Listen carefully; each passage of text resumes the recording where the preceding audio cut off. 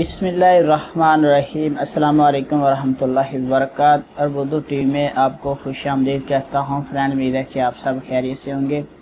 मैं आपके साथ एक और नई वीडियो लेके हाज़िर हूँ। फ्रेंड्स, महकमा ट्रैफिक पुलिस ने माजूर अफराद की मखसूस जगह पर गाड़ी पार्किंग करने का जो फ़ाइन है उसको अपडेट कर दिया है, ज़्यादा कर दिया है। महकमा ट्रैफिक पुलिस ने अपने ट्विटर अकाउंट पर बताया कि पहले इसका फ़ाइन 100 रियाल था, अब इस फ़ाइन को 500 रियाल से 900 रियाल तक कर दिया गया है। अगर आपने माजूर अफराद की मखसूस जगह पर गाड़ी पार्क की तो आइंदा से इसका जुर्माना जो है फ़ाइन इसका 500 रियाल से 900 रियाल तक का हो सकता है।